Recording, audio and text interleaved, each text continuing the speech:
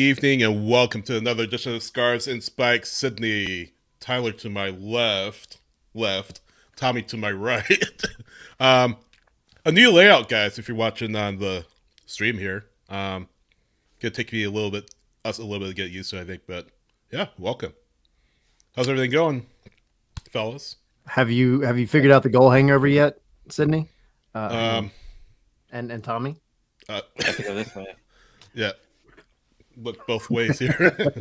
um, Seems like the only hangover was for Columbus. Tommy, you were there. We'll talk about that a little bit more a little later on. But you survived. I'm still here. Still here. Well, good. I'm glad you're still here. Yeah, the three of us are here. Glad you could join us after whatever that was on Saturday. And we'll get into that. We'll talk about Red Bulls, of course, coming up this Saturday back at the men's. So hopefully Lady Night can bounce back in pretty short order. Of course, the comments are open, chat is open, so have at it. Let us hear what you have to say, and we'll pop up some comments here and there throughout the night.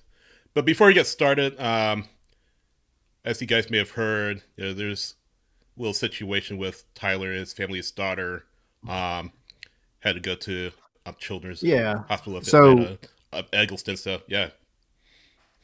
I just really for everybody that's listening, obviously after the fact and now, just wanted to say thanks to everybody, all the well wishes, the thoughts, the prayers. It's been a long week. Like I don't know if you can tell, like I'm freaking exhausted. It has all worked out, thank God. Like for me to, we did our ratings video. I was there at Eggleston in the courtyard, being able to do it, and then we made it back literally an hour ago back home. But baby Stella's good. She's going in the right direction. We still have, how doctors' appointments are and all that kind of stuff. So we have stuff to follow up with, but all the prayers and thoughts and well wishes all worked, and we appreciate it. My family appreciates it. Shout out to the rest of my family for being there for us, and then all you guys, Sydney and Tommy, obviously, big shout out to y'all, both of y'all. And all the people that listen, and just Atlanta fans in general, because the showing of love was really, really awesome. It was really cool. So I'm super appreciative. My family's super appreciative. So just wanted to give a shout out to everybody. Thank y'all. Yeah, absolutely. And we have a lot of fun here on the show, talking about soccer and all that, but at the end of the day, soccer's just a game, just a kind of a distraction. But family's more important, and thanks, Bo, in the comments. Really appreciate that. The family's ultimately more important, and certainly glad your daughter is doing well. Hopefully your family's doing well as well, as like they are. Mm-hmm. But tired. We're here for you, man. Yeah, I bet. I appreciate it. I bet. But yeah, thank you guys in the comments, Zolf. Appreciate you, man. I'm sure Tyler does too. Yeah, But, absolutely. Yeah. So we have we got I say we got a lot to talk about, unfortunately, with Columbus, but we got to talk about it before we go looking forward to next week. Yeah. Sydney holding up the barf bag over here. That was ugly. We got to hit on it though. What do we say? It stinks. It stinks. Yuck. It was Zill says a lot of goals to talk about. Unfortunately, one of those were for Atlanta, and 6 of those were for Columbus. So, but yeah, Zill says pinning it out. Okay. Here we go. Here we go. Okay, but yeah, I mean, and Mark just said in the comments, kind of read my mind. You hope that it's just kind of a little detour on the road to maybe something much greater for Atlanta United. I said it on the Reddy's show on Sunday. Kevin Egan mentioned it, good friend of the show, of course. But Kevin mentioned on the Apple broadcast, Atlanta United lost 4-0 their season opener in 2018 against the Houston Dynamo on the road, and we all know what happened at the end of that year. 2019, they got blown out at Chicago Fire, and we all know what happened that year. So I'm hoping that it's kind of a weird mindset, right? If you're the players, you want to forget about it but at the same time, you have to take it head on, approach it head on, and say, you know what, we can't make the same mistakes that we did against Red Bulls because they'll get on us and they'll put up goals. Well, I mean it's Red Bulls, so maybe not, but they'll still find ways to punish us if we aren't careful. If we replicate the same things that we did against Columbus. And the good news is it's at home. You're playing in front of your home fans, and not only that, but you have a lot of your core players back. So on that side of the coin, that's good. On the other side of the coin, and again we touched on it on Sunday. What if these guys get injured? What if more of these players get injured? Lady United, it seems like they'd be in trouble. So again, forget about it, yes, but still have that in the back of your mind saying, hey, we gotta correct a lot of the mistakes that we made against Columbus and really keep this from happening again. At the same time, find a way to get players in there that can step up when your key guys, i.e. Almada and Etienne, Yakimakis, if they were to go down, Miles, you got to find a way to step up and take the match head on. And unfortunately, Atlanta United weren't prepared at all for Saturday. And hopefully, again, as Mark says, just a blip on the radar. And we haven't even mentioned Gutman yet. Thank you, Mark, for pointing that out. I say that seriously. Thanks for pointing that out. We haven't mentioned Gutman yet. Hopefully, it's not serious with him as a adductor. And it sucks because like it was such a cluster last Saturday that like thankfully Gutman, it is an adductor. He's now that could be bad, but they're saying week to week, which I think that's a good sign actually. But at the same time, I mean, now you're basically forced to push Caleb Wiley back to his traditional role as a left back. Etienne is going to be absolutely getting time now. So now it's time to really see what he's all about. And I don't think it's going to be an issue. I think a lot of people are saying, oh, hey, we're going to lose a little bit on that left-hand side because we're not going to have the defensive acumen of Gutman back there. And I don't think so. I don't think you're losing as much as people maybe are saying. I think Caleb is going to be fine. He does have experience back there with him. He's not going to be back there on an island. And you can't really take anything about his performance or really anybody's performance individually from this Columbus game because it was just such a cluster in general. You got guys playing out of position. You got experiments that were happening. And I'll throw this out there and then pass it on to you guys. My brother-in-law, we were talking in the hospital. We had a lot of time to talk, sitting around talking about Atlanta United. But he brought up a good point. This is one of those matches where, kind of like what you were saying earlier, Sydney, you got, a 4-0 loss to Houston back in 2018. You got a 4 or 5-0 to Chicago in 2019. Yeah. You get these beat downs, and sometimes it's better than trying to squeak by and, maybe you lose 2-1 or 3-2 and it's a close game because, whatever you did in a 6-1 loss, you just don't need to do it again. You know what to learn from, right?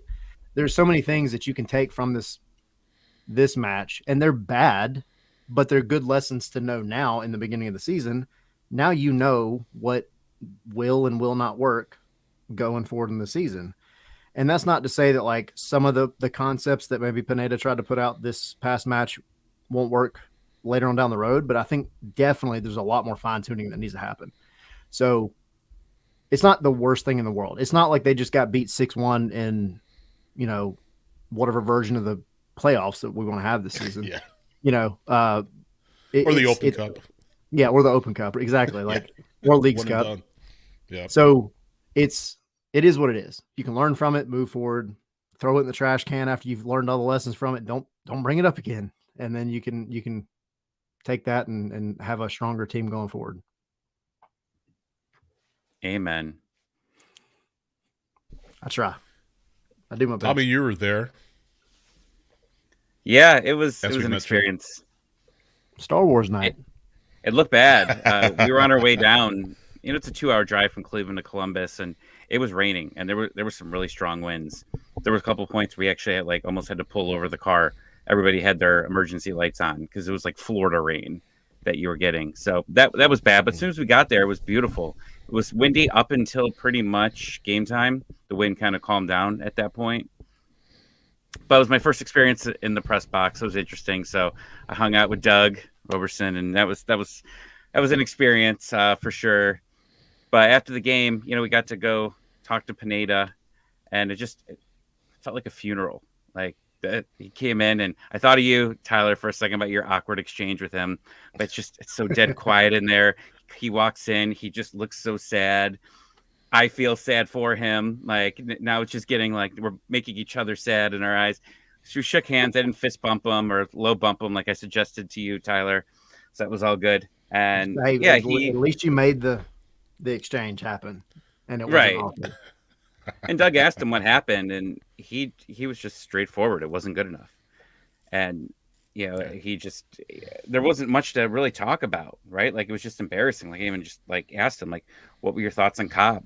Like his first performance, and it's hard to tell with that because I don't know if many of those goals were on him, but it was definitely everything just looked a mess. And we talked to Barry after the game and Guzan, and Doug asked him a question just about how prepared they were, but Doug led into it like I don't want to.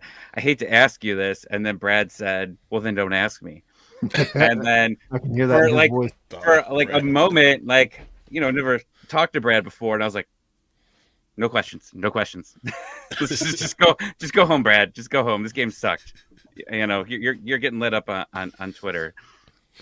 But yeah, it was an experience, and it was just a bad game in general. And I was talking to a couple Crew fans after the game, and they were talking about a lot of these players on the MLS Next team last year, and how a lot of these players have grown up together, and a lot of them got called up together to replace this. And it made me think of this team and how you still have a lot of parts that haven't really had much playing time together, right? And I think that's obviously a big part of it here is that they all have experience playing with each other.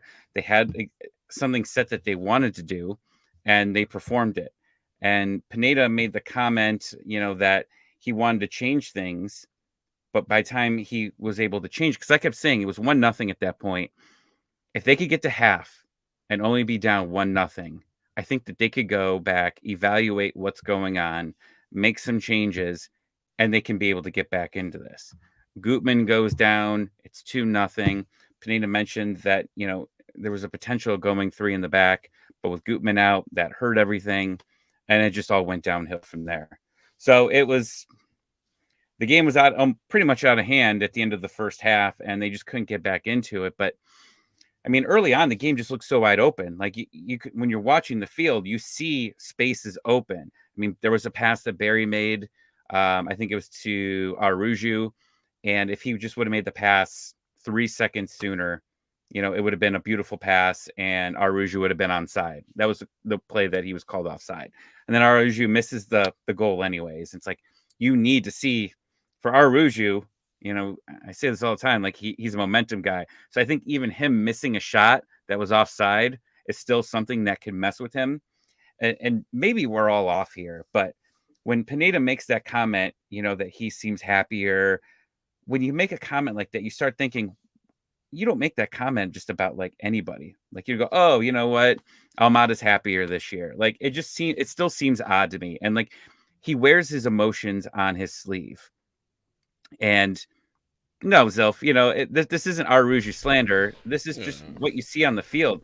And he's beyond frustrated. Like you see it. And he was complaining to the refs the entire game. And there was definitely some times where he was right. Like they were abusing him. They weren't calling anything. But man, you got to get up and get back into that play. And he's not doing that. He's getting frustrated very easily. And that's my biggest worry. I mean, I heard on the spaces people complaining about Aruju. The guy scored 2 goals or scored a goal in the last 2 games. So it's not like he's not scoring at all like he was last year. Right. He's got back-to-back games with the goal. But he can be very emotional. He was very emotional last year, and you could see, he was getting yellow cards because he was complaining. I was still shocked that he didn't get a yellow card in the last game, but there's a lot of mental aspects to sports, and I think that some of these players that sometimes overshow it get themselves in trouble, and it affects their game. So, I mean, I was just watching a basketball game yesterday, and like Draymond Green, who's like got the biggest attitude in basketball. I mean, he almost got kicked out of the game 3 times, and like I just was like, oh, it's kind of like Aruju, but he's a little tougher with what he's saying. But like, it's honest though. Like you've got to, people know what he's feeling, and I feel like they mess with him a little bit more, and it definitely gets to him. I mentioned this on Sunday. About, excuse me. I mentioned this on Sunday about Aruju, and I kind of compared it to Barco, in that Barco would get fouled a ton and one of the most fouled players in MLS. And Barco, I mean, he lets emotions show from time to time, but essentially he knew, just to keep going and not let it get to him. He got better with that the last year, though. Yeah, I thought the last year he was able to hold it together a little bit more, which is good. And his performance, we can go on and on. That's another story for another show. But we've mentioned this about Aruju last year, Tommy, like he said, and I don't want people to think that we're slandering Aruju or he's the whipping boy of the podcast, but at the same time, the guy's he's one of the highest paid players in MLS, or probably top 5 at this point. He's a designated player. You need your DPs to perform. It's good to. I'm glad that he scored against Charlotte. I'm glad that he scored against Portland. But you need that consistency throughout the season. I'm not expecting you to score like 20 goals or anything like that, but we mentioned his attitude and MVP. Well, I don't think it'll happen. And it's nothing. Nothing. You're the ones that write the articles that say he's going to be MVP, not me. Not me. That one I wrote New Year's Eve 2021. Yeah, still haunting me to this day. Yeah, but no, I mean, he's a designated player, and as a designated player, there are going to be standards that you have to meet as a player, not just statistically, but emotionally and from a leadership standpoint. And I feel like, so what you're saying, Tommy, is a lot of what we were saying about him last year.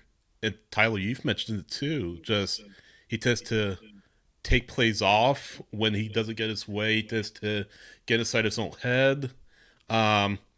Just feels like a replay, and I hope that we're not seeing this version of Aruju come to light once again. I hope that's not going to be the version we see moving forward. Starting with Red Bulls, of course, on Saturday. We'll talk about Red Bulls a little bit later, but at some point, it has to be enough is enough. And it's not slander. It's not making it a whipping point. It's the truth. We need to see production from Luis Aruju on a consistent basis. He came into the league, he had a good stretch in 2020, or I'm sorry, 2021, I apologize. 2022, Jinx just kind of went sideways. Came into the Columbus match on pretty good form, having scored back-to-back matches, and then just disappeared against Columbus. And you don't need that from your designated player, especially with the money he's playing. So it's not slandering him, it's just being truthful and honest about it. And I'll throw this out there real quick. I have to caution everybody from taking too much from this game anyway, because I mean, your attacking trio or attacking players in any formation, it doesn't matter what it is. In this case, your attacking trio would have been Miguel Berry, Luis Arujo on the right, Caleb Wiley on the left. If you can't accurately get the ball to them, and I'm not saying that they didn't get the ball, because they did, and they squandered some chances for sure.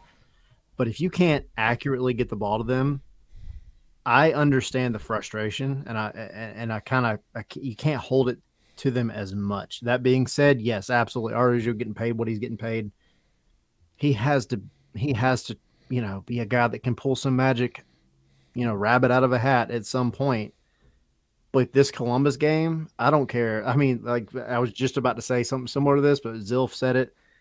Messi wouldn't have played well in this match. Like it was such a cluster of a match. Like it was so hard to make anything happen out of this one.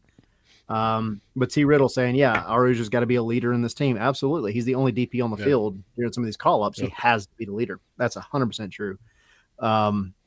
His service But was terrible, though. Let's yeah, I mean, just not kid he's not ourselves. getting Like, the ball well. Like I watched over and over No. again, passes tried to play forward to him, Barry, Caleb, everybody. And I'm looking at it like my U12 team is making passes more accurate than this. Like they're just passing straight to Columbus's midfielders, and it was just everything was just off in every way. Sloppy. So Yeah. sloppy, very sloppy. So I get it. The front three, I would be freaking losing my mind too, because I'm like, yo, dude, I know you can pass the ball. I know you can. We do it every day. Why can you guys not make an accurate pass? And then things just kind of went downhill from there. Then you started seeing all the long balls over the top, in the last half, just kind of panicky, frantic, just let's spray it out somewhere and hope somebody gets to it. And that's when everything was thrown off anyway. But that's my bit of devil's advocate, because yes, both of those points are valid. I just think in this match, it's kind of unfair to hate on anybody. Is the whole team was rough. and Brooks Lennon did exactly what I was hoping to, because you've got a keeper that hasn't started a game in a while, or he's the backup. You've got a lot of kids in there. You've got to shake them up at the beginning. And Brooks' goal is a goal that most keepers stop. Like that goal should have been stopped there. There was nothing fancy about it. It went in. And again, it just shows a keeper off, let it go, and it went in. So I mean, that's what you wanted. You wanted to be able to get control of that game at the beginning and put some pressure on them, but they just took the Uno reverse card and said, "We're coming after you," and that's really how it worked. That was more like a draw four, man. That was a draw. That was a friend killer. Yeah, it was bad, but they weren't able to come back from it, and that's what's going to be important here. Is I think Mike Conti said on the post game some line about Atlanta United when they had a multi-goal loss, they came back with some type of result, and I think most of them were wins after it. But now you look at it, and I know I'm jumping ahead here, but like you got the Red Bulls, who you still have not beat in the regular season, right? Yep, I believe so. This is last year they ended up beating Seattle for the first time, right? Like that was something. I mean, that they never could have happened. beat Red Bulls in the regular season last year, but they blew it at the last second, just like the story of 2022. But yeah, exactly. But like that's why it's just showing that this is so important for this game coming up, because it's a statement, because there's been definitely a mental block here. Some of these Red Bull teams haven't been very good, and this Red Bulls team is not very good right now. You're getting your guys back. You could probably play a lot of them at least 60 minutes. They're coming back. You've got to take control and do exactly what Columbus did to you and what you did to Portland, and just go and dominate early on. Yeah. I got to throw this out there real quick, just because it was a comment from a few minutes ago from T. Riddle. When we were talking about Caleb Wiley, because we got to talk about Caleb, because there was some news with the U20 World Cup that came out yesterday. I don't know. The days are running together now. Yeah. So we'll talk about Wiley a little bit more, but I just think this was quote of the week for me. I thought it was good. He needs to get more physical. He gets thrown like leaves in the fall. That is beautiful. Oh boy. That is beautiful. I'm not going to comment on whether I agree with it or not. I mean, it is, it is what it is. I just thought that was a beautiful quote, and I appreciate that. But yeah. Does Arujo finish the season with Atlanta United? I think so. I think that if he doesn't pick things up, I mean, Atlanta United will just have to bite the bullet and just sell him at a loss or loan him out or something like that. I do think he finishes. I think he finishes in somewhat good form, where they'll be in the place where maybe a club puts up an offer, say, hey, we want to take a flyer on Louise, and they are able to turn a small profit on him. That's only if he kicks things up. That being said, he's no Almada, that's for sure. But yeah, I hope that he picks things up, that will put Atlanta in the position to at least make somewhat of a return on him. I don't think he's with the club in 2024. Personally, I could be wrong, but I don't really foresee that. Um, but yeah, that's just my 2 cents. I mean, the only reason why I ask is because there were a lot of rumors, right? There were a lot of rumors right before the season started that there were teams interested. And you knew that wasn't, you can't just go and let him go like a week before the season or 2 weeks when those rumors, unless Zilf started those rumors. I know he's pretty good for starting some of those going around, but Did they show up on ESPN? I think actually, I think it might have had it in there, but like if this team obviously is starting to create a new vision of what they want. And when you get someone new coming in running the club, I know that Boca definitely is running the team, but you got a new boss and he's also got a vision of what they want going forward. Bringing in new DPs isn't a terrible thing. And again, I hate to keep bringing this up, but Arthur Blank's got money. Arthur Blank has spent a ton of money on this team, the Falcons, over the past like 3 weeks. So taking a loss, like I keep hearing people say, oh, can't take a loss. We can't take a loss on Araújo. Why not? Like, why not? Because I understand it's a business and you want to make money, but you're going to go make money on another DP here in the next year. Yeah. So it's going to make you feel a little bit better if you let Araújo go for something cheap. I get it. I guess in the case of Araújo, just going to be the perception of, hey, they bought a player and he didn't pay out. I mean, which we saw it with PT, we saw it with Barco anyway. So maybe it's somewhat of a drop in the bucket. But yeah, I totally see your point about Almada. He I think will break the record for an outgoing transfer. I wish we had Almada out there on Saturday. That's for sure. So I'll throw this last little bit about Araújo. Whether he ends up leaving in the summer, in the winter, in 2024, whatever, you got to figure out a way to maximize his talent now. And it's pretty clear that when he has a genuine striker up front and a midfielder to his left that is creative, it definitely adds to what he can do. I think the jury's still out on whether Araújo can be the guy that can do his own thing and create of his own accord. I mean, we all know he's technical. We all know he loves to dribble and he's talented at it. Now, you know, we could go into the argument of like he dribbles too much into people and all that, which is true. But I think you know good and well that he's going to stand out and do his job when he has space. And Giakoumakis and Almada, they're going to create that kind of space for him to operate. This match against Columbus showed you that kind of like 2022, when there are no other serious attacking threats on the pitch, then they're going to shut Araújo down. And that's exactly what happened again.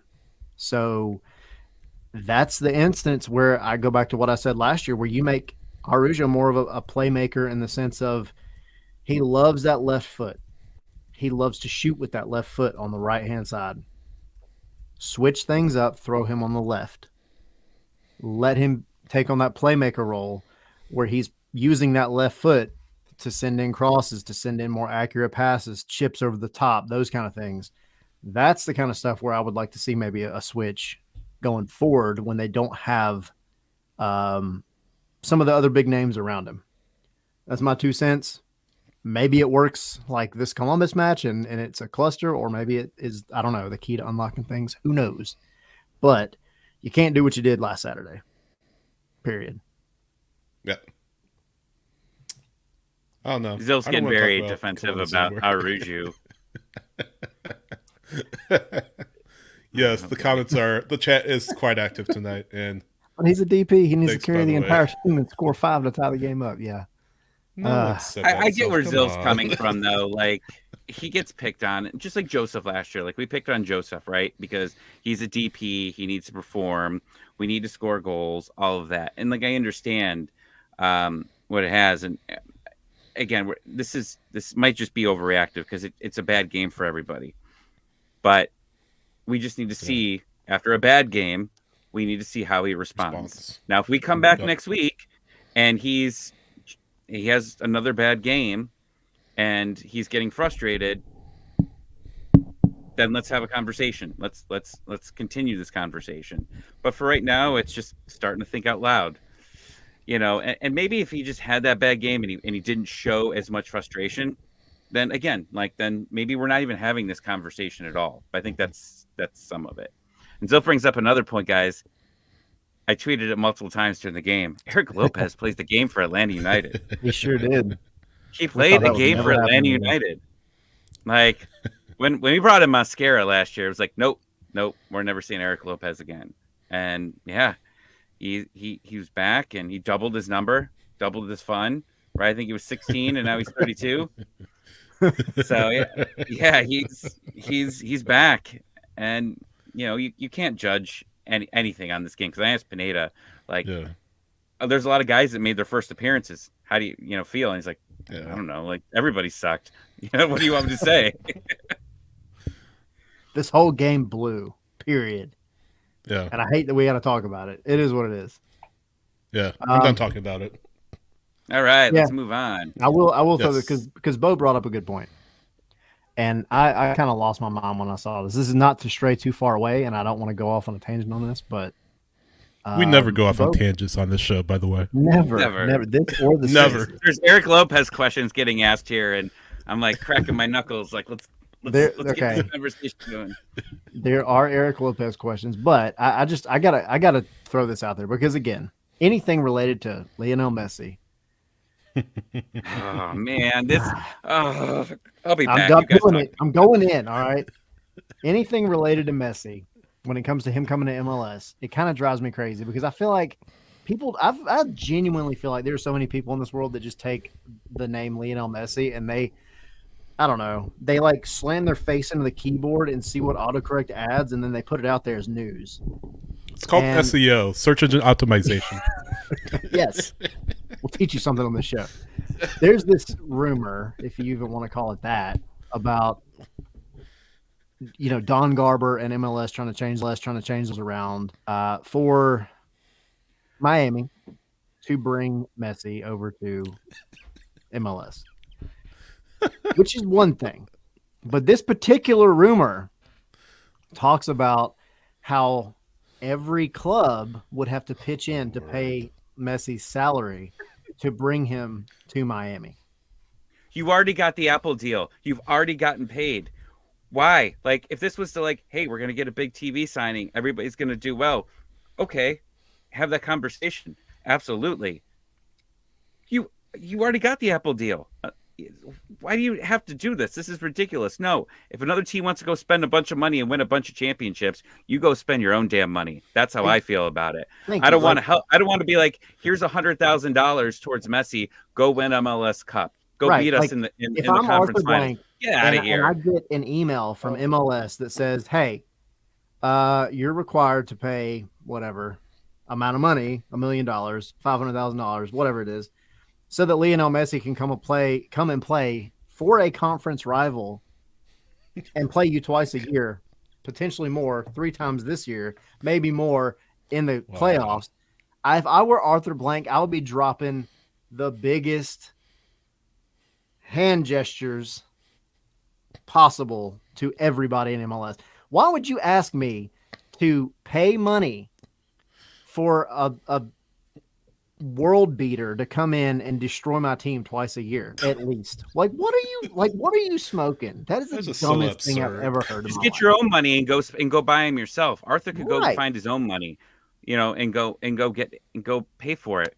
You know what's going to happen if all these teams throw money in to get Messi? You know what's going to happen? Ticket prices for all those teams that are throwing money in are going to go up because you just paid the Messi tax. Yeah. Oh, that Coca-Cola was $2. It's $2.25. Yeah. But don't worry. On the cup, it says Messi was here. Every goal he scores better go to every other team, at least a portion of it. Like if he comes in and scores 3 on Atlanta, he really scored 2. because one of those is going back to Atlanta. I just so dumb, dude. Some of these, it drives me crazy. Anyway, carry on. I MLS don't. is in a startup right now. It's not a startup. Like, you don't need to do something like this. You don't need this. The sport is growing. Like, yes, if Messi comes here, the ratings are going to go through the roof. But Yeah, you don't need help to get eyeballs at MLS if Messi comes here. Like it's Lionel Messi that draws in eyeballs in and of itself. You don't, Bro, if Sporting Kansas City almost brought Ronaldo over here in the offseason, oh my Lord. Miami can figure out a way to bring Messi over here and do it on their own. I'm sorry. The rest of MLS can carry on and keep on keeping on. But don't try to rope us into paying for Messi's salary just because you can't. Forget that crap. Just start a GoFundMe like everybody else does for everything. Patreon. Here we go. Oh my gosh. Speaking of Patreon. Look at that. That was a good segue, wasn't it? Yes, it was.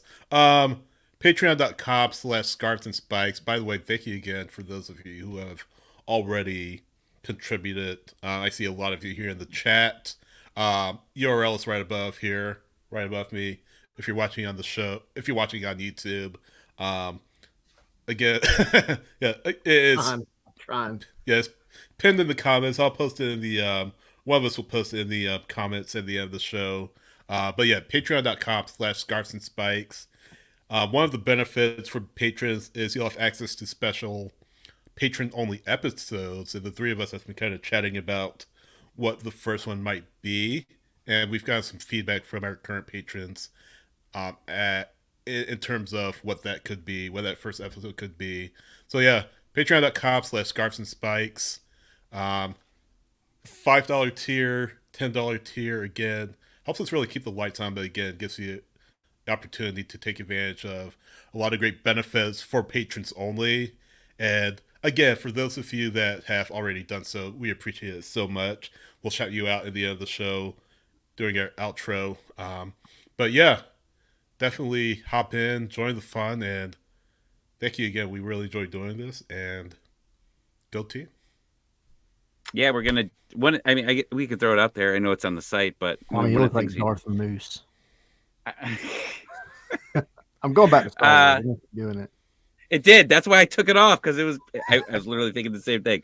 One of the cool things we're gonna do here is get a Zoom going, or some type of way of watching it. So on a away game, everybody can hop on a Zoom, come on video if you want. If not, you can do voice chat or do texting in there, and we'll watch the game, and everybody could scream into the and onto the internet world about, hopefully us doing well and being on the side of a 5-1 win instead of a 6-1 loss.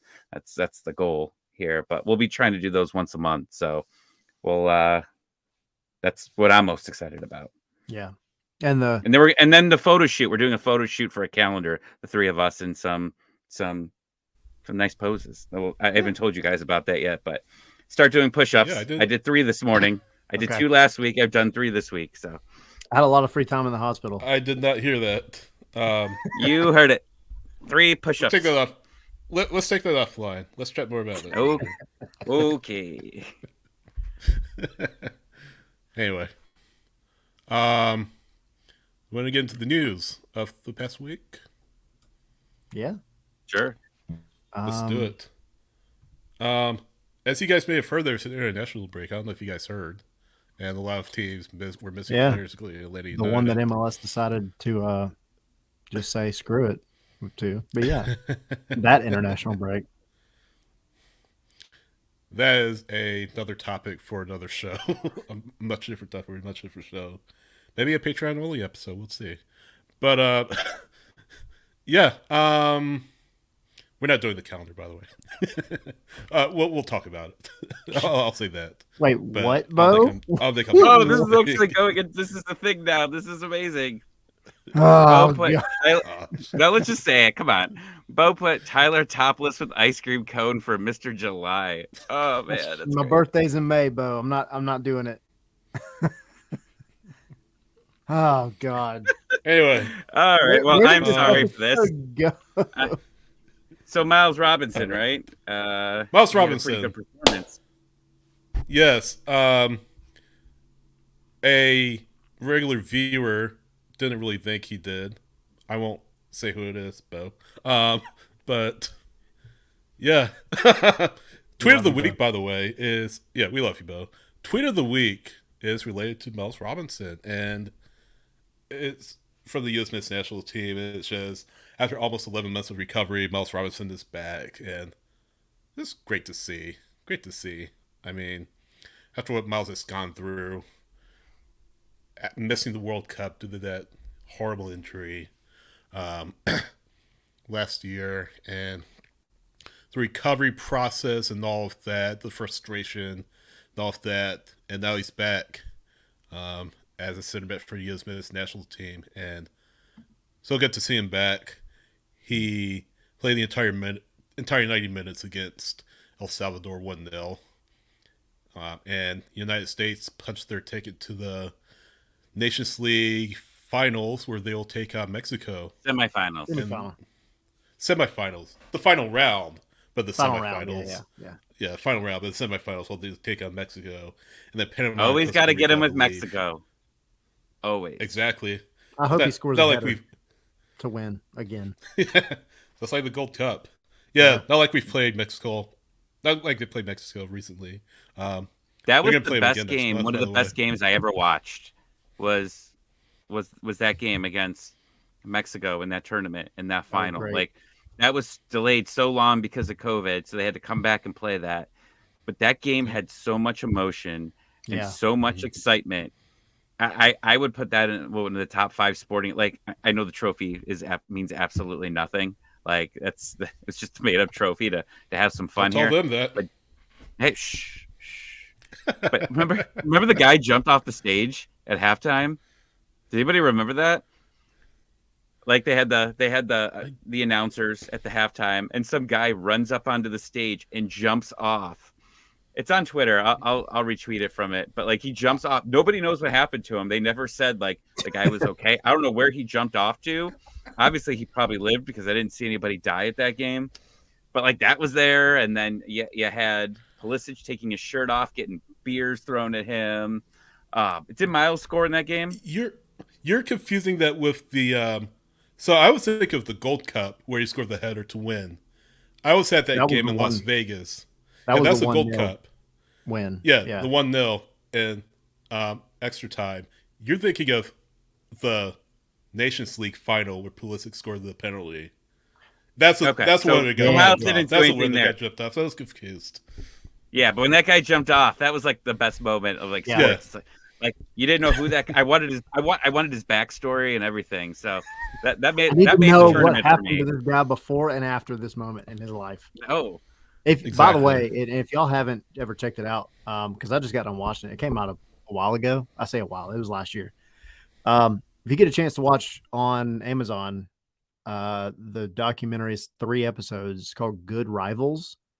It's about the U.S. Mexico national team rivalry. It's really good. It is worth checking out. So it's called "Good Rivals." Amazon's not paying me to say that. I wish they were, but it was a good little series. Really fun to watch. So kind of the same topic. Some of the stuff you're talking about, Tommy was on there actually in the very end because it goes from the beginning all the way up until now. So yeah, anyway, good show. You should check it out. I'll check it after Ted Lasso tonight. There you Hey, go. it's Apple. But yeah, but Miles, I Um, mean, the guy he comes back in, kind of shows the rest of the world that he hasn't missed a beat. And if anything, I would argue, because I've been saying it since like the first or second match of the season, he's better than he was before he had his Achilles injury. I think he is more athletic. I think he's quicker. I think his soccer IQ has somehow gone up. I don't know if he spent his time in bed watching soccer documentaries like me or something. I don't know.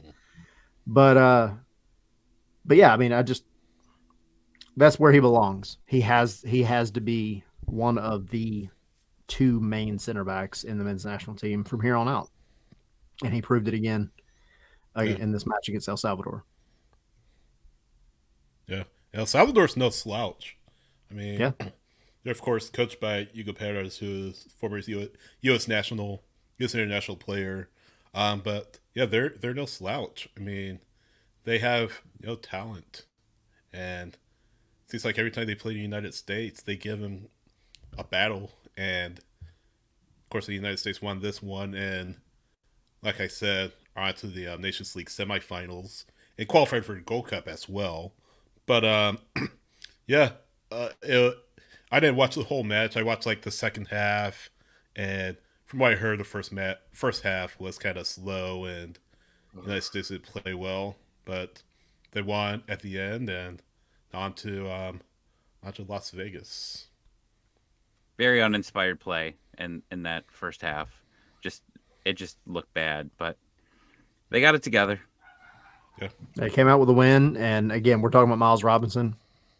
Anytime you can keep a clean sheet, that's what center backs love. I don't know. And T Riddle, you bringing up, everybody's talking about the episode of Ted Lasso. I watched it last night with my wife in the hospital. We had a date night in the hospital because Stella was asleep. But yeah, we caught up on Ted Lasso, so we're good now. So no spoilers, but yeah, Ted Lasso, it was good, weird, but good episode. But yeah, T Riddle, Nothing could be more weird than the beard episode from season 2. dude. That episode was legendary. That was a fun episode. I had to watch it 2 times to appreciate it, but that's maybe we could do a Patreon episode on Ted Lasso. Yeah, maybe we can get Brendan Hunt on. That'd be cool. He might do it. Let's get Nate. Uh, I'm gonna start tweeting from our account. If everybody just I ignore me if I start tweeting at night at like 1 a.m. To all the Ted Lasso people, hey, hop on our show. But T Riddle saying, is he better than he was last year, or did we forget how good he was? I will throw this out there. Miles started 2022 before his injury and everything. The first couple of matches of the season, I don't know if y'all remember this, but he didn't have the best start, actually, of 2022. And then he went to national team duty, did very well, and it was 2 very important matches for the U.S. last year. Did well, came back, and kind of got back in form, and then he had his injury. Taking everything into account, I genuinely think that dude is on a better run of form in the first few matches of this season than he's ever been. He's got it locked down in a way that he's the best center back in MLS, period. I understand Walker Zimmerman has won it, and I think that Miles has gotten robbed in so many ways, but Miles Robinson is the best center back in this league, bar none. And that's not being a biased Atlanta fan. The dude just knows how to play ball. And I don't think his age is going to keep him from going to Europe at the end of this season. I think he ends up over there somewhere. I dreamed of a situation where we can keep Miles Robinson, and that is the rumor that's out there. Maybe there is an opportunity for a 4th DP after the season. I think that's the only way that you do it. It's the only. It's the only way, because Atlanta United isn't going to pay a center back to be a DP. It's just not going to be. But if you had a 4th DP spot, and he's then DP maybe level quality for sure. He is, but that's not in the game plan for most MLS teams. Nashville is the exception, and that's and obviously us for a very short time with Alan Franco, but that was obviously a huge situation. But yeah, I've been thinking about that, and that's still a possibility. The league's growing. Obviously, when there's smoke, there's fire, because there were rumors out there for a little bit about them possibly adding a 4th DP spot, right? So who knows? And we've talked about it. What happens in the summer if you get embarrassed, against Liga MX? Yeah, like that could be a huge thing. So I think that's the only way that you do keep him here. But I mean, I wouldn't say it's completely out of it, but he's definitely he's going to have his choice of where he would like to go. Maybe Atlanta United should make other teams pay for his salary. Yeah, right. Good idea. I like that. We should revisit this. the Mouse Robinson rule, the Mouse Robinson tax. I like it. I'll start that GoFundMe. Yeah, Eh? I like Yeah, it. but yeah, good to see Mouse back out there. Really good to see him back in form. Obviously, not the only player on international duty. You had guys like Etienne who scored for Haiti. Yeah, Yakimakis who started against Gibraltar. Gibraltar. Yes, and a I think it was a UEFA Nations League qualifier, if I'm not mistaken. Well, anyway, Greece won that one like 7-0 and outshot Gibraltar like 27-1 or something like that. Sounds about right. They do. Yeah, the stats don't matter. They won. It is what it is. They won going away. They played Lithuania. He didn't play against Lithuania. That was a scoreless draw on Monday. Actually, Greece won 3-0, but it could have been 7-0. Um, but Sounds like the days Columbus out. match, Atlanta. I mean, the Atlanta match we had last season against Cincinnati. Right. 27 Yeah. shots and a penalty opportunity, and it ended 0-0. Yeah, no, definitely. Yeah, so he started against Gibraltar, didn't play against Lithuania. Oh no, he came out as a substitute against Lithuania. Um, then of course, Thiago Almada scored. My man. He did a thing. He did a thing.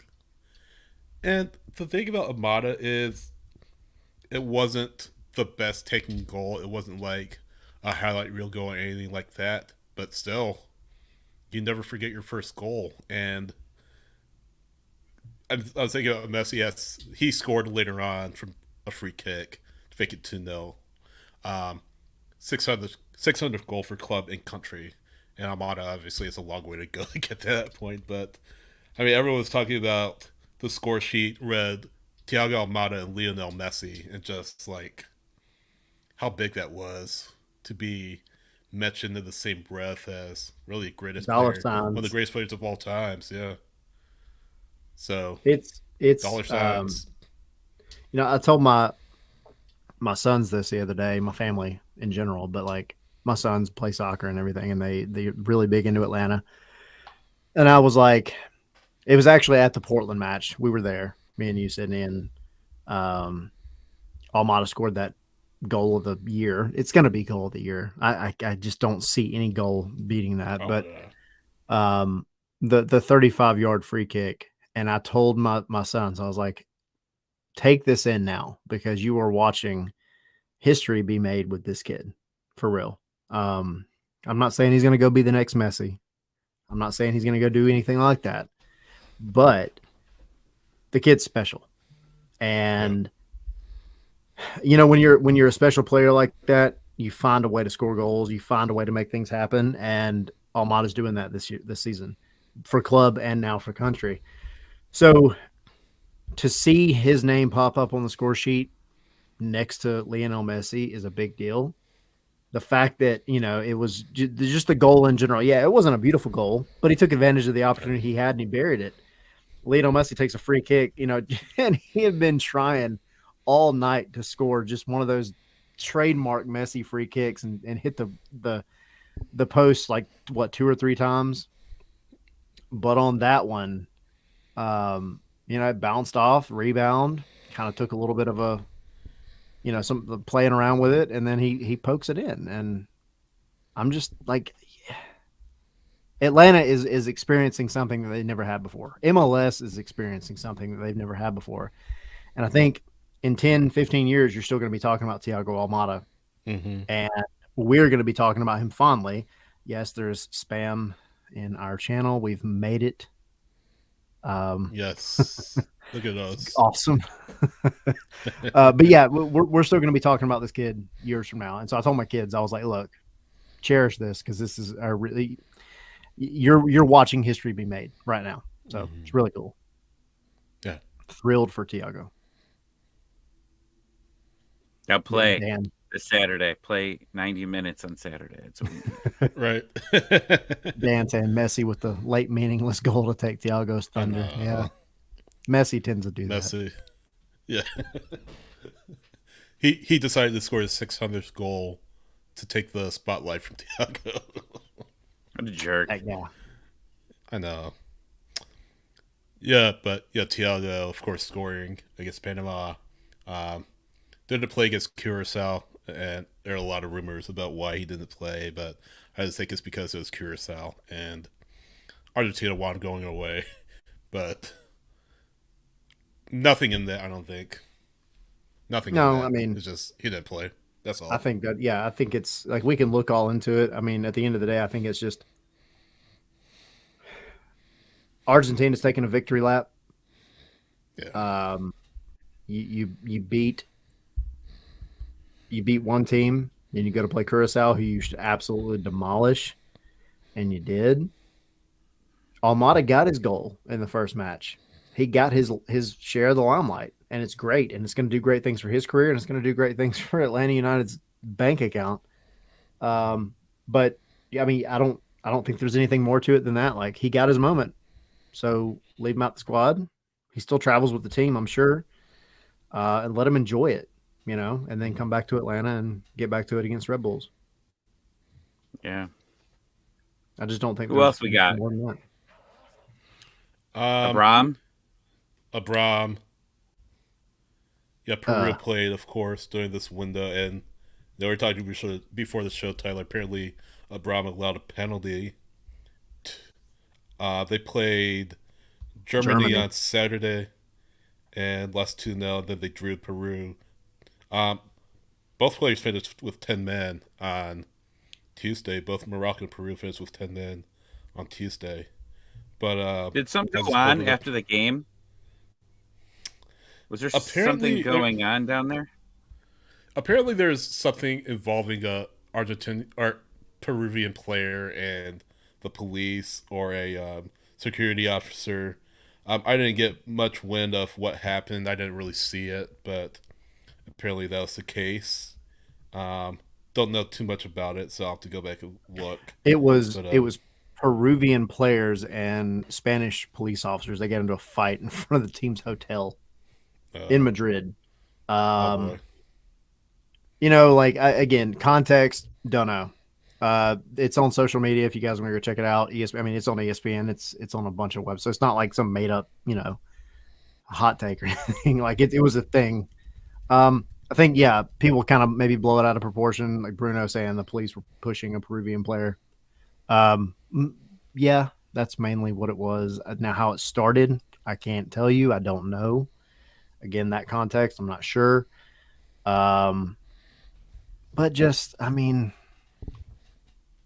it happens. Like, I don't think there's anything more to it than that, but it happens, emotions get high and, I don't know. What more can you say? You have cultural differences. You have things going on. Peru they played that Germany match and it wasn't good at all. And then our guy, Abram, he's getting blamed for the penalty. And rightfully so. But they got into it and, it is what it is. And another bot, by the way, in the freaking comments. I mean, I love it. hit the big time now. But yeah, you guys can go check it out. It's on ESPN. It's everywhere. So, but that's beside the point. Abram played the match against Germany. Didn't have the best showing. It is what it is. Germany's got something to prove after the World Cup too, by the way. So, anyway, go ahead, Sydney. I'd say it's Germany, and Germany is much better team than Peru, to say the least. So yeah, but yeah, I was gonna say too. With Peru, just real quick, Gallese, keeper for Orlando, was detained. Wasn't arrested, but was detained for a little bit, and then was released eventually. But yeah, we mentioned the Brom though. Played against Germany, didn't play against Morocco, so pretty much the extent of his involvement in the international break. Good he played though. Like it was good that he actually got some playing time and started. And they actually started that match. Right, and that's So maybe why he was off. I mean, he hasn't played a. I mean, he said he hadn't started a game since October last yeah, year, and what Bruno and said now in he's the got a comment. game in. Yeah, like that's a good thing. But Yeah. our other boy did not play any games, which is shocking because this guy always seems to score for Venezuela. Ronald Hernandez. Ronnie, Yep, how he. does he not? How does he not play? I don't know, and I can't say that I follow Venezuela like that. I mean, our boy, I'm going to do it, Tommy. I hope you got it ready. But our boy Joseph scored. He Um, did. I saw it. he actually scored twice and got the second one called back off of a sketchy offside call. But yeah, I mean, Ronnie, he just. I'm actually really, I'm surprised that he didn't feature at all. But the fact that he's still getting called up, I mean, good for him. But out of all the 7 international call ups that Atlanta had this break, and he was the quietest, because your other one was Machop Chol, who, though quiet, he did play. He played 9 minutes a couple of days ago. So he's playing for South Sudan. He's been actually somewhat of a mainstay for South Sudan, and I mean he hasn't like gone in and turned heads in any way, but like Right. he's going in, he's contributing. And I don't think this is the last time we see him with them. I think he'll be back, in the future windows and all. But, um, some of the players had bigger windows than the others. Derek Etienne's the big one. Derek Etienne scored for Haiti, made it 3-0 against somebody. I don't remember who they played, but he scored, which is The awesome. Montserrat, they won 4-0, That's it. and yeah, pretty much an expected result there. It's Yeah. 4-0 against Montserrat. I don't have the exact numbers in front of me as far as shots are concerned, but I do want to step back real quick to Venezuela. Uh, And the Joseph Hernandez did Campbell. come out as this, yeah, but Venezuela, when they played Uzbekistan, Ron Hernandez came on as a substitute against them, so that was his involvement. But yeah, Haiti being Montserrat 4-0 Nations League group stage match, and I believe that's it, right? Yeah. Everybody stayed healthy. Everybody stayed healthy, and they got some playing time, which I think is just the most important part. Because there have been some guys. NTN hasn't been able to start a game with us. He's been a sub. I know we talked about it early on, but I mean that's a question. Do you keep Caleb Wiley at the wing this week? And does Ronald Hernandez play? And I know there's not a lot of love for Ronald out there, but there's a good chance that Ronald could be starting at left back. I don't. I think you put Caleb at his traditional position, which is, I mean, he was a left back before he was a left winger. That's kind of where he grew up with the academy and the twos.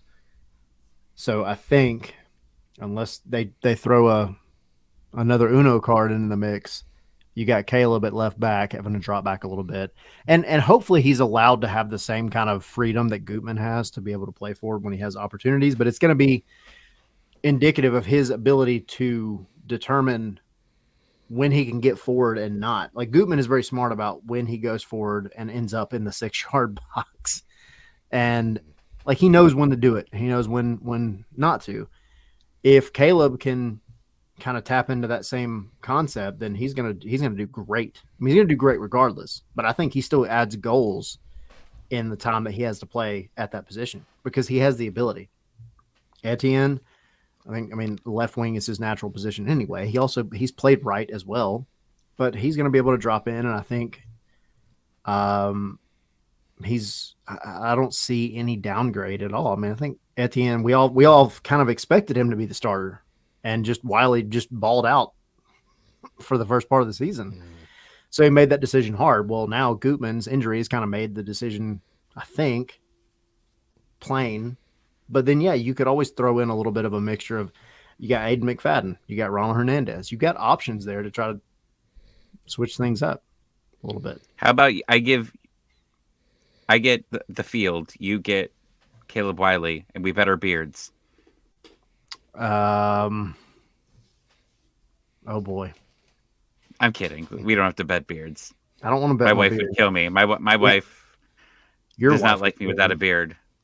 Yeah, I look like a. I might as well bring Stella on the show, and I'll have her talk. We'll find a bet to bet beard versus beard. All right. Or eyebrows. We can bet eyebrows. Okay. I mean, we'll make that work. All right. I'll just pull my This hat is down. what happens if you lose so bad to Columbus. You just like don't even want to be serious. Like at this point, like you just want to have fun and just be happy because it was so miserable. Like you're so miserable on Saturday, and I don't even know if you want to get the last piece of news, but the Twos lost too. Almost came They back did. though against refs too, but they lost 3-2. Yeah, down 3-0, come back and score 2. But they didn't look bad though. Like I think that's the one thing for people that don't watch the Twos or haven't watched the Twos. I mean, the first goal, and I was catching bits and pieces of it until like the last 30 minutes when they made their comeback.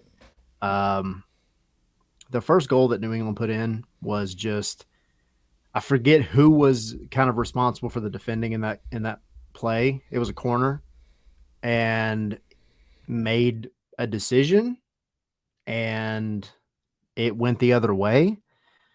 And there was a little bit of a deflection involved, but there was nobody defending somebody that was sending a cross in from just outside the 6-yard box.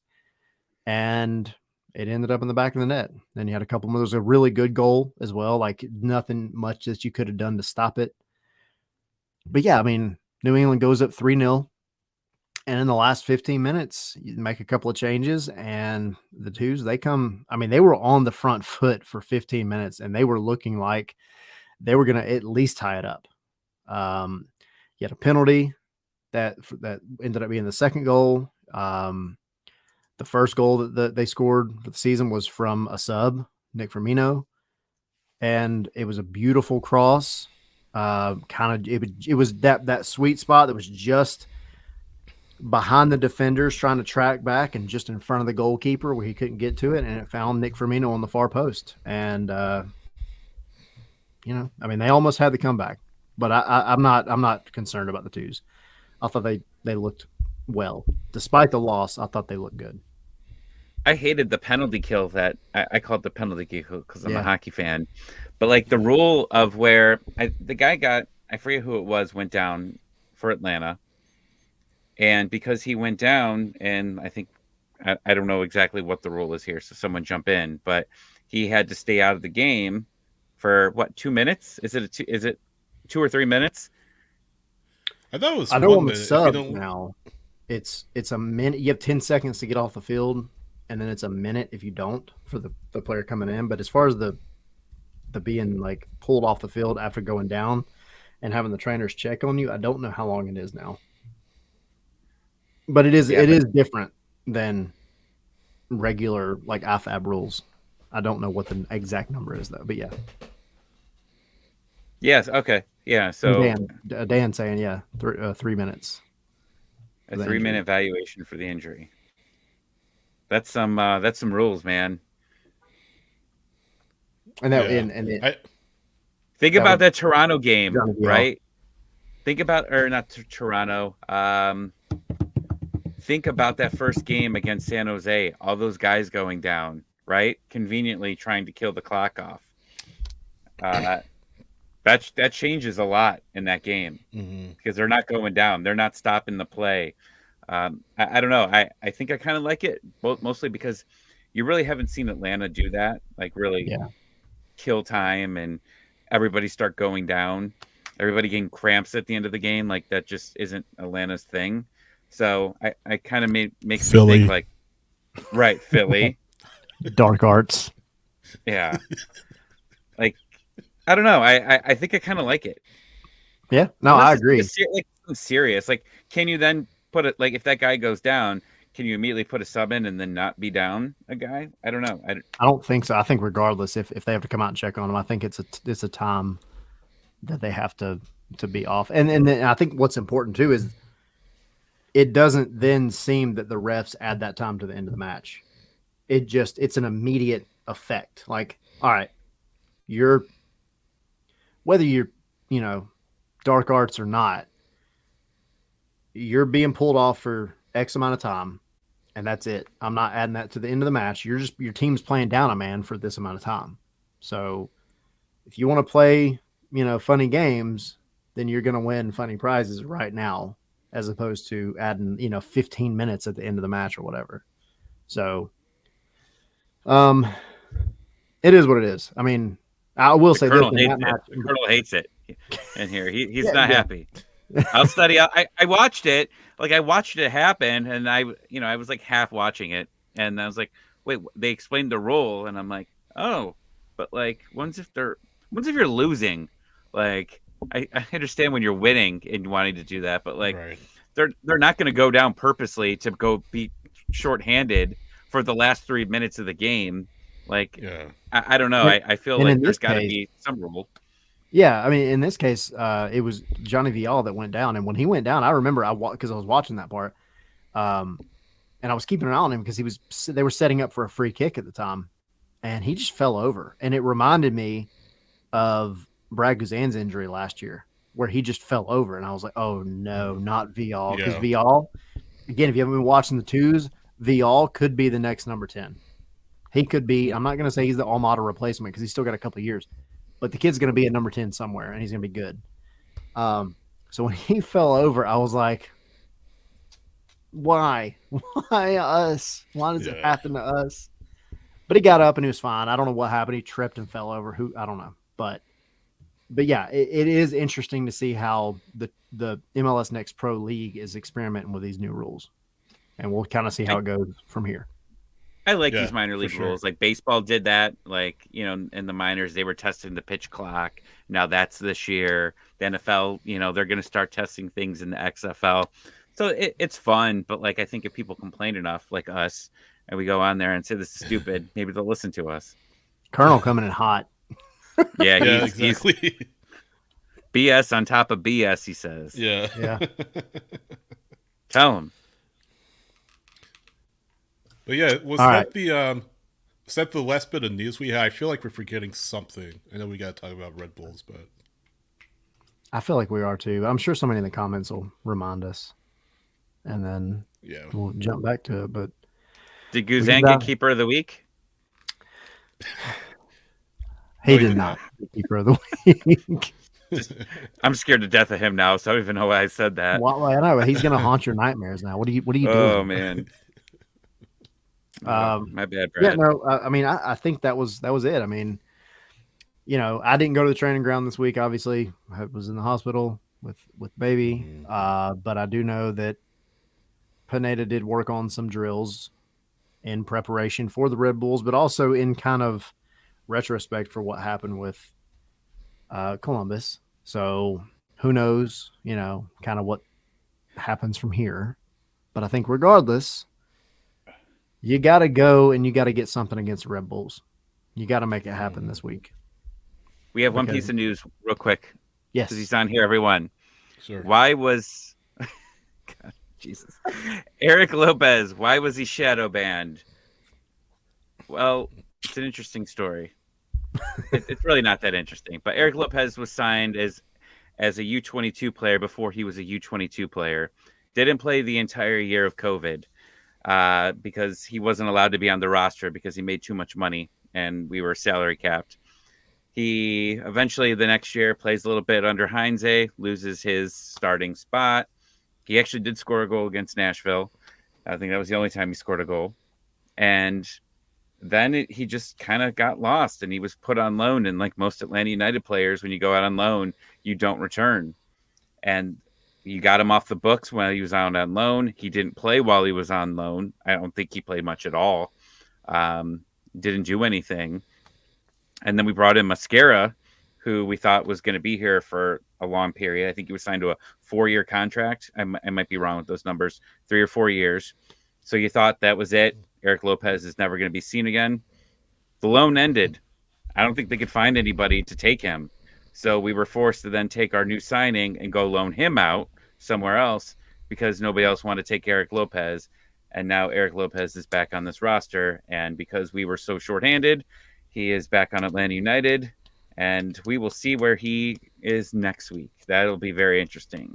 Will he be with the twos, or will he be with the main roster? That's going to be interesting. I'm going to get a dartboard and a dart with his face on it and just throw it at the dartboard to determine where he's going to be from week to week. He just, I don't know. I don't know if they've got a plan for him. They have to. But now, when's his contract up? It might be close to getting over here. He's already been here this is his third year. Yeah. They paid him in 2020. It was a 4-year contract, but don't quote me on that. I would have to go check. He and Miguel Berry fight for that backup spot, I guess. I don't know. Berry's going to be your backup. That seems to be the way, but I know a lot of fans who were complaining about how Berry's not very fast. I think that's been one of the complaints about Berry over these last couple of weeks, is that he just doesn't move very quick. And if he was a little bit faster, he'd have some chances at least getting, the ball in net. I don't know. We've only seen a little bit of play from him, but I don't know. We'll see what comes from it. But I mean, Zilf said that Eric didn't look bad. I couldn't tell you that anybody actually looked good last week, but it was still just it's 2023 and Eric Lopez played it for Atlanta United. Still crazy to me. Yeah, he's my Jurgen Damm obsession now, guys. Come on, let me go with it. I'll get an Eric Lopez candle. We could light it every time that he's on the bench and we're playing. For it. I'll find one. I'll find it.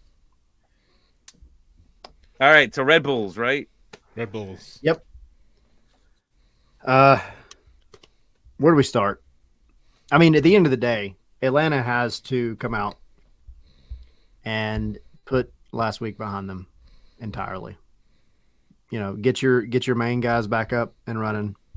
You're back at home, so you have the benefit of them being able to come back from the international break, dive right back into a home match where they can kind of feed off the crowd, feed off the energy.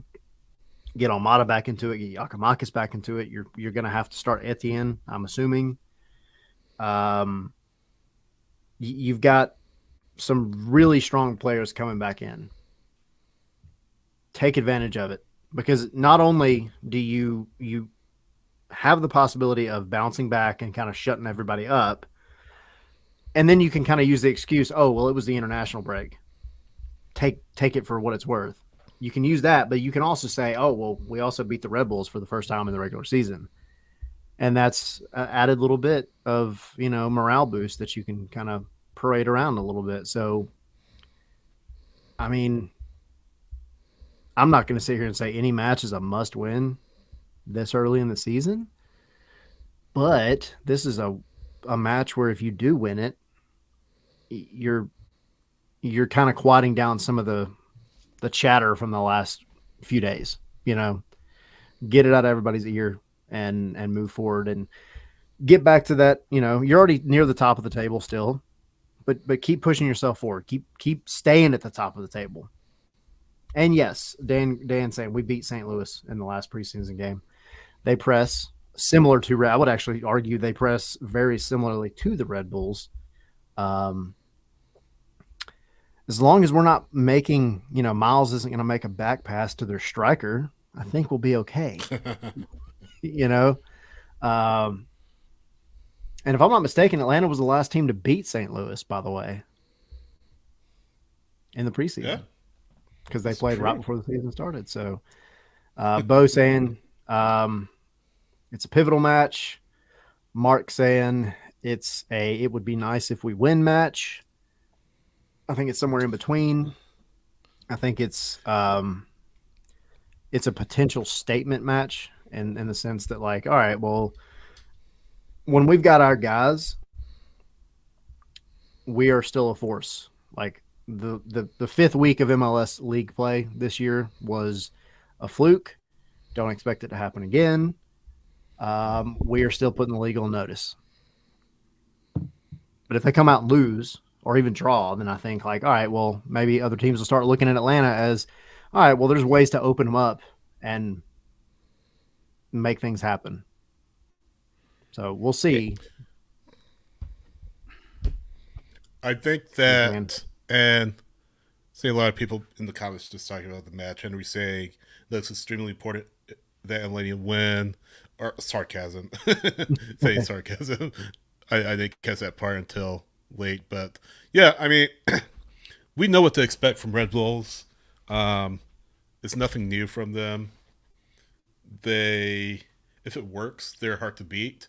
If it doesn't work, it's tough for them to win. And so far, they haven't been winning a whole ton through 5 matches. Their last match came against Charlotte. It was a 1-1 draw. Their only win of the season has come against the Columbus Crew, a 2-1 win. Don't know what that tells us about Atlanta United, but yeah, one win, 1-3-1. They scored 4 times, have allowed 4 goals.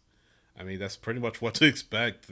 Red Bulls aren't going to particularly light the world on fire when it comes to scoring goals. I feel like, um, again, we know the style they play.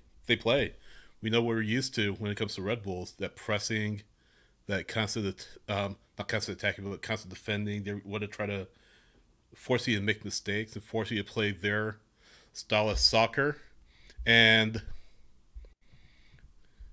yeah, again, Atlanta United have struggled against that kind of soccer traditionally, and I don't necessarily think they'll have to win on Saturday, but I think it's just so important. Like Tyler said, they come out with a response. You can't have a repeat of what happened in Columbus by any stretch of the imagination. I don't think it will. I don't think it'll be another 6-1 match or anything like that. But I think that Atlanta United need to really put Columbus in the rearview mirror and say, okay, we're ready to move on. We're ready to move forward. That match was an aberration. That was just a blip. And now we're ready to really establish our dominance in MLS behind probably one of the best players in MLS, if not the best player. And again, a lot of your key pieces that were missing against Columbus back in the fold. So, so important that they come out on the right foot, come out, score first. I think scoring first will go a long way to getting a win to really make Red Bulls chase the match, get them out of that mindset that they like to play. So, yeah, that's kind of my 2 cents on it. Do you outpress the Red Bulls? Because this team has been one of the most pressing teams at home after that first game, right? Like that was something that they've wanted to do. They've done a very good job pressing. I mean, that game against Portland was chef's kiss, right? Like that was great on what they did. So it's weird with this fan base because you have a young coach, and it's interesting to see who gets blamed for each match, right? Like Pineda took the blame a lot for the Columbus. You saw half the fan base blaming Pineda. You saw the other half blaming, Aruju. And Pineda, you could tell this loss hit him pretty hard. And honestly, I thought with all the experience that Pineda had to deal with last year of having to make rosters on the fly because of all the injuries, I thought that he was going to have a good game plan to be able to beat this Columbus team because he'd been used to it last year. Obviously, I was way off, and it didn't work out. So I think for him, these are moments where he's going to have to show that he can get his team back on the right track, get the right tactics for it against a team again hasn't been very good. But you've got to take advantage of this, and we have most of the season, right? We talked about it. You beat up a Portland team that was struggling and had all these guys injured. You went and beat them. You beat a struggling Charlotte. Like those are all obviously all very important. So here you go, another situation where you're playing a struggling team. You need to take advantage of it and get the 3 points because it, didn't work well on the road. Come back, recover here because you don't want to start going on a trend of bad games. Yep. Yeah, and Because I one think of the you go on things, the road after this, right? Do you go to New York? Toronto. Okay. I believe. I could have that wrong. I'll have to double check, but I believe No, we're Toronto's going to the next. Bronx. We're going to the Bronx. Ah, We're going to Yankee NYCFC, Stadium. that's So right. even Fun. more important that you get this win That's also because, like Sam Jones said the other day, MLS teams never win on the road, ever, Never ever, ever. never. never. So you got to get the win here. But like going back to what you were saying, Tommy, do you outpress the Red Bulls? Um, I think it's interesting to see how both coaches kind of handle the game plan because you got to know that the Red Bulls are going to be looking at Atlanta as an opportunity because they're hungry, first of all, considering their record so far. They also know the history. They know that they've kind of had Atlanta's number in the past. I wonder if either team decides to try to change anything up and try to force that first goal and then let the game open up. If you're Atlanta, I think you're looking at you go in, play your game, and if you've got the right guys, you're back at home. Um, you've shaken off the dust from this Columbus match. I think the quality of your players actually plays more in your favor in terms of trying to play through the Red Bulls press. However, if you play like you did last Saturday, it's going to be a really long night at Mercedes Benz because if you think Columbus made you pay, the Red Bulls will absolutely make you pay for those mistakes. Going back to that Brad Gazan pass that was coming out to Ibarra in the last match, if you have that against the Red Bulls, I think it's a goal or very close to it. It's kind of hard to think about getting paid more in a after a 6-1 loss, but the Red Bulls, that's what they feast on. That's just how they play. They're going to pressure you into mistakes. That being said, Atlanta has the quality to play through it and also kind of reverse everything and put it back on them. So I think maybe you see it kind of a back and forth, feeling each other out first half. And then it's going to be the second half, I think, whoever gets that first goal and opens things up. You got to hope it's Atlanta. We always talk about it. But if Atlanta can get that first goal, then it's going to become a crap show for the other team. If it's the inverse, I think you're then you have to see how they respond again to going down a goal and trying to get away with a draw, hopefully a win. But you don't want to put yourself in that position at home. Just come out, play your game, disciplined, and get the first goal, and then let the Red Bulls break apart. Because once you get the first goal on them, the whole game for them changes. Everything changes for them. That's the benefit of playing in a high press, style. Like you can force that first goal for yourself usually, but the moment that you give away that first goal, then your game plan gets a lot harder to work with. So if Atlanta can be on the favorable end of getting that first goal, then I think it'll probably be a stroll for them at that point. Yeah. I hope.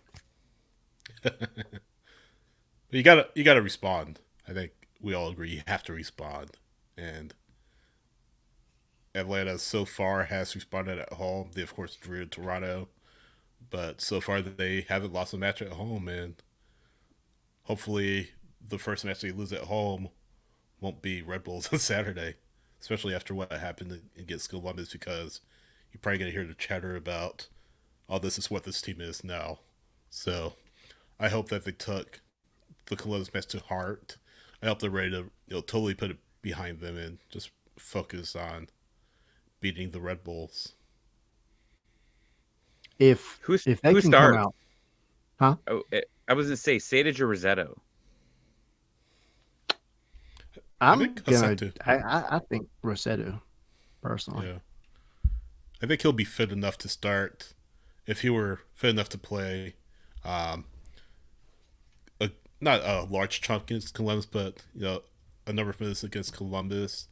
And given his hamstring isn't too bad, I think he starts and perhaps Sadich comes on later on until Josetu can get match fit, but I think he starts. I say Sadich. Mm.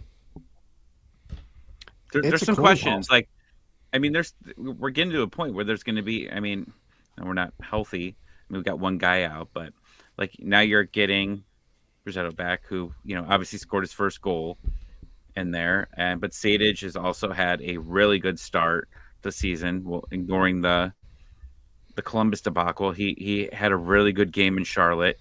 Absolutely fantastic game in Charlotte. I don't know. It'll be interesting to see what Pineda ends up choosing there, and then you've got the whole left back and left wing situation from here. The Sosa Ibarra question that you have now. Just please, God, never play them together again, ever, absolutely ever. Just don't let it happen. Then you got the center back questions. Is Miles okay to play? Can he start?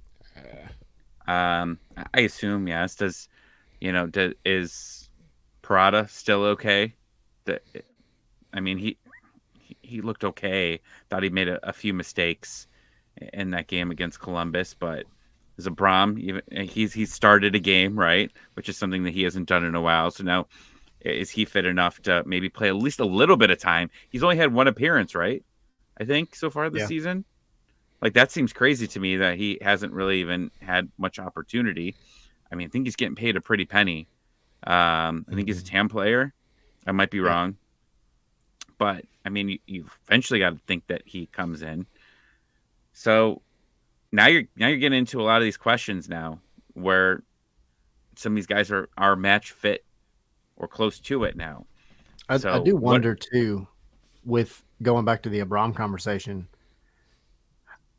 how this team in general would change, especially last week, but you can't really factor in last week because of everything, but the fact that he wasn't available. But having Luis Abram as a natural left-footed center back as opposed to Parada,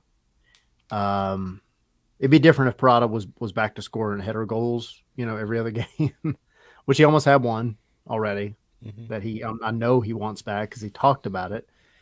But having Abram back there as a natural left-footed center back with experience, especially alongside Caleb Wiley, who is young, I wonder how that changes things. And I wonder what the coaching staff thinks about that, because that could change your whole, at least your whole left center back tandem. It'll be curious, because I don't think it's that Luis Abram has played himself out of a potential start. I just think it's that Parada is the one that's been there.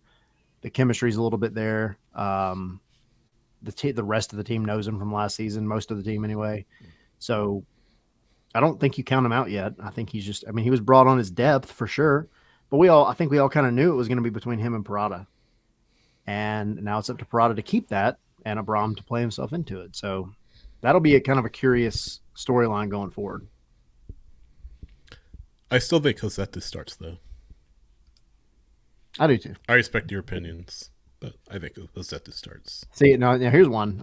So Mark, this is what I love about the show, because we can, especially when it comes to the Atlanta United's midfield, we all have different opinions. But so Mark's saying Sosa and Sadic are our best pairing right now. I think if we took into account everything over like all the time that they've been here, then that would probably be my opinion as well.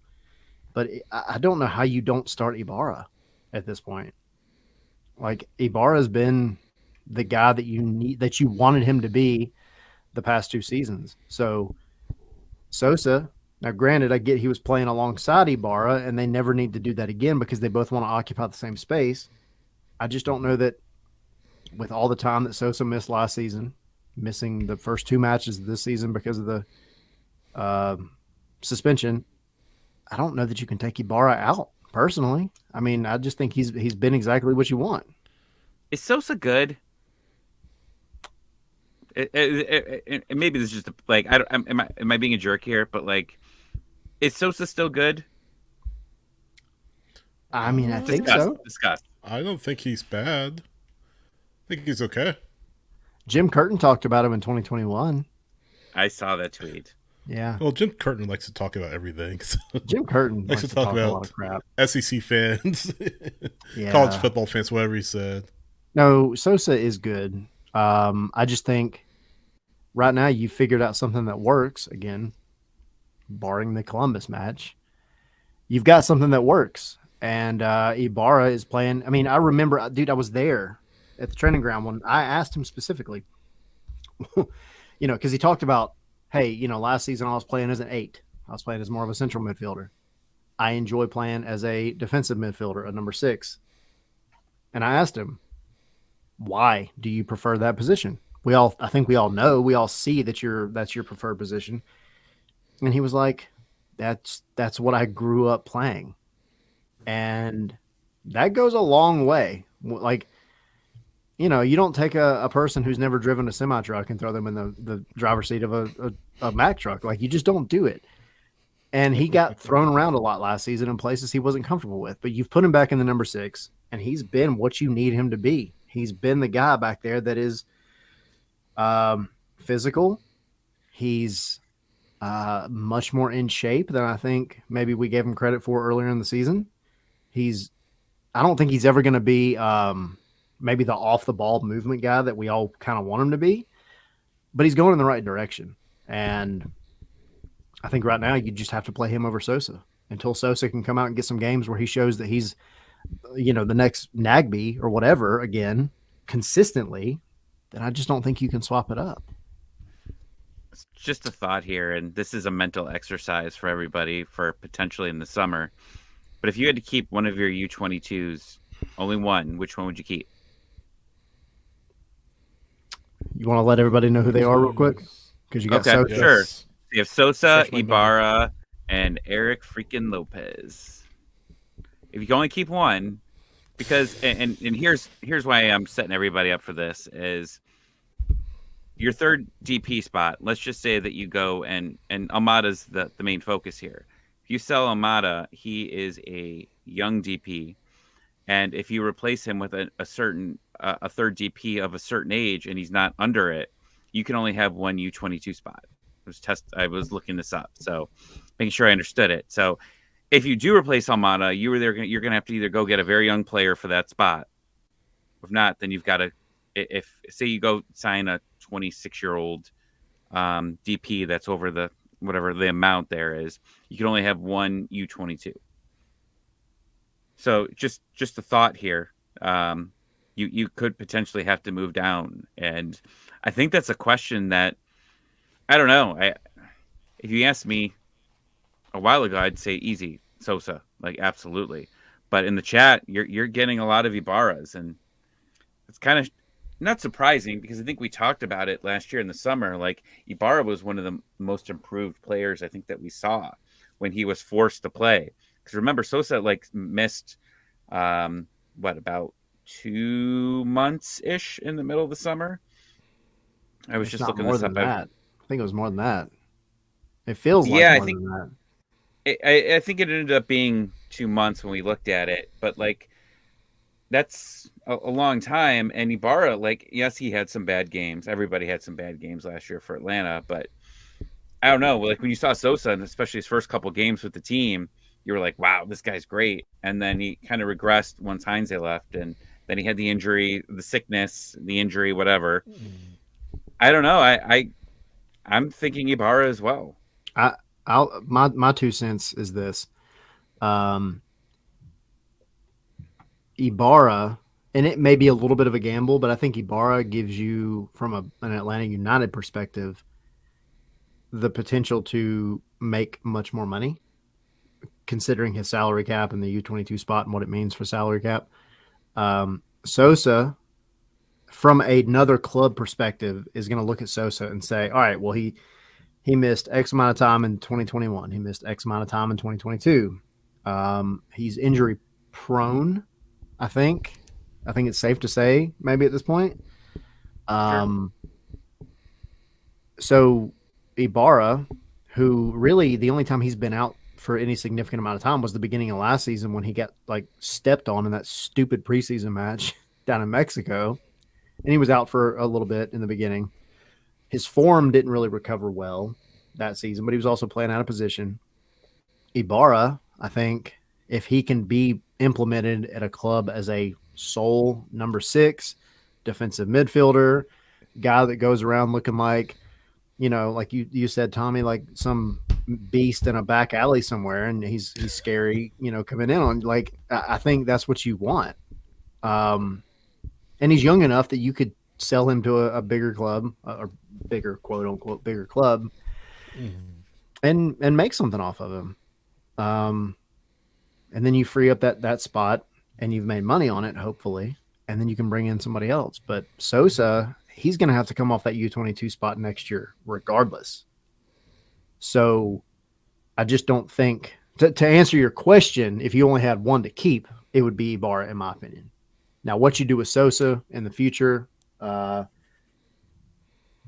it were me, and I love Sosa, I think you move him, free up that U22 spot somehow, and make some moves. But I don't know that you're going to get out of Sosa what you're going to get out of Ibarra in this particular Pineda ball system that's going on right now. Yeah, and Amelia brought a good point, and we'll probably land it at some point and get our predictions for Red Bulls. But Amelia saying Sosa can't stay healthy. I think that's part of what you were saying. The sickness and then the injury concerns that he's had. So I think that would kind of lead me toward a bar myself, just to keep him around. But yeah, it is tough to tell for 2023 since we haven't seen too much of him, because all things considered. But no, I would say Ibarra, kind of for the reasons you all brought up already. But then going back to what Amelia was saying about the health, I won't say concerns, but the fact that we haven't seen too much of him on the field, or as much as we'd like to see on the field. But yeah, I don't know if we want to do predictions for Red Bulls. I kind of have, I said this before the Portland match, and I was proven wrong. Fortunately, I have real close. Yeah. Are we gonna Part lose? of me,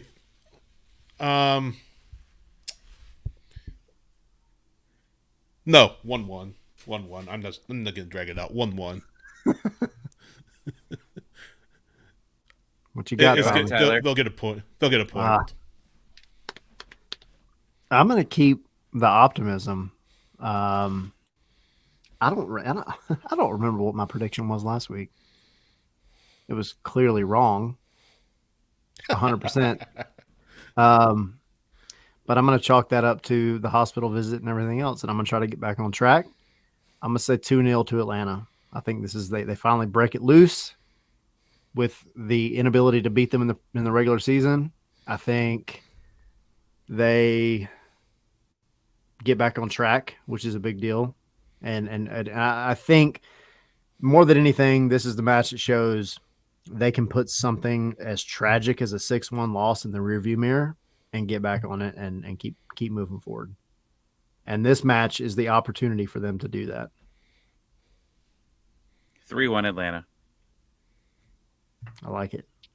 Okay. Nothing specific, but maybe I'll say NTN ends up getting his first goal. I like that too. Okay. I think he's going to get a little bit more involved in this game, and I think they're still going to not be perfect on the defensive side. I think missing Gutman's going to be a change that's going to take a little bit to get used to back there. No matter what happens, whether you're right and that's Wiley or Ronald or McFadden, or whoever.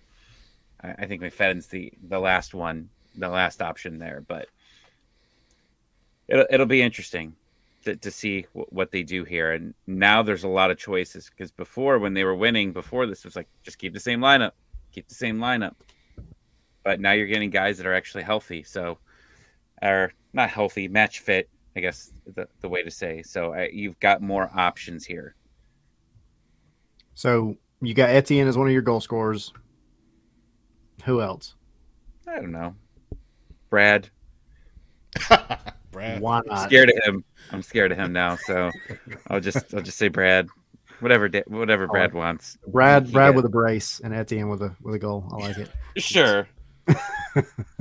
Yeah. Who's yours, Sydney? Wiley. I'm just gonna pick a Hey, name out I of like that. it. Wiley. That yours too? Wiley gonna ghost in the box like Gutman does. I can't believe neither one of y'all said Almada. I gotta go. I gotta go with Scum a little. Yakimakis and Almada Okay. because I love what we saw from Yakimakis in that Portland match. He was so freaking hungry to get that first goal, and he's relentless. And I think that's what this team needs. Almada is he's just on one. So I don't think you can count him out at all. Some of the others in the chat, yeah, Mark 4-0 Atlanta United, Yeah, I don't Almada, think 4-0. Arujo, Yakimakis ×2, Bruno 2-1, Henry 3-1. Almada scores a free kick from Centennial Olympic Park, and Yako stays on side mostly to grab a brace. I like it. Who else? Okay. Who else? Yeah, and tweet us at Scars, Letter, and Spikes with your predictions. And yeah, let's see who's right at the end of Saturday. Or you can see who's wrong at the end of Saturday. Who knows? The running tally right now still is just me and Tommy with one, right? I think that was from the first match. Yep. Do you guys I ever think watch so. The Masked Singer? No, I have not. I The watched Masked it last Singer- week for the first time. Oh, okay. Well, It's a very little. a couple of seasons ago, they did this thing called the Golden Ear, and it was basically just like who got the predictions right throughout the season. Yeah. I don't know what we're going to call it yet, but I kind of feel like that's where we're going because Can't it's call supposed it the to be shot Golden in the dark. Spike. I mean, I'm down with the Golden Spike. I just don't want any like copyright infringement. I don't think we will, but I think that's a lady. Silver Spike. Silver Spike. Depending on how Golden many we get Scarf. right, we'll see. It might just be a bronze if it's a 1-1 tie at the end of the year. Yeah. Yeah. We've done 34 games, and me and Tommy got one right out of all of it. Do we know who's announcing our game this week? We did. Yes. Keith Costigan and Mo Adu are calling the match. Okay, we got Mo back. Sweet. Mo will be back in the Bends on Saturday. So Be good to hear Kevin's him still- again. Kevin's doing WrestleMania, so Yeah. just FYI. No. WrestleMania. WrestleMania. That's What number? I don't know how What I'm going to be number? able to focus. It's What number is this WrestleMania again? 39. 39. Good grief. Wow. It's Saturday and Sunday. Saturday and Two Sunday, nights now. 2-day event. Wow. Yeah. Back in the old days, it used to be just one night. You know what I COVID miss? Started 2 nights. You know what I miss? And again, we had wrestling. We had Kevin. The on. Rock. I do miss The Rock, actually. But I'm going further back. WCW, and I forget which pay-per-view it was, but it was the one where they did the whole ring was surrounded by water.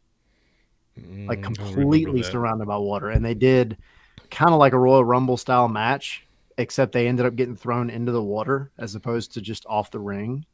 And I thought that was the coolest thing when I was a kid, and I think they should bring it back.